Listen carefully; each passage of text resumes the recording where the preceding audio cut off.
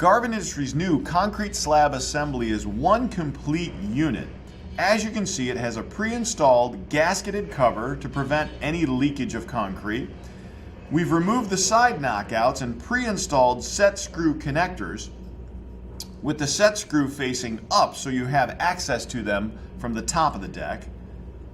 In addition to this, we've pre-installed a ground wire on the inside and added additional lock nuts on all the internal connectors. To install this product, it installs like any other concrete slab assembly.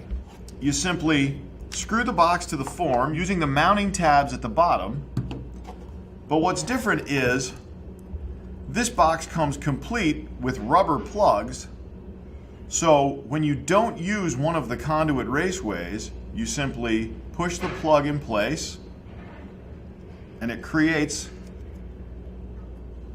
a nice concrete tight, watertight seal,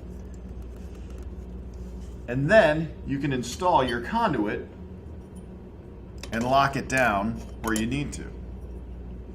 For these and other great products, be sure to visit us online at garvinindustries.com.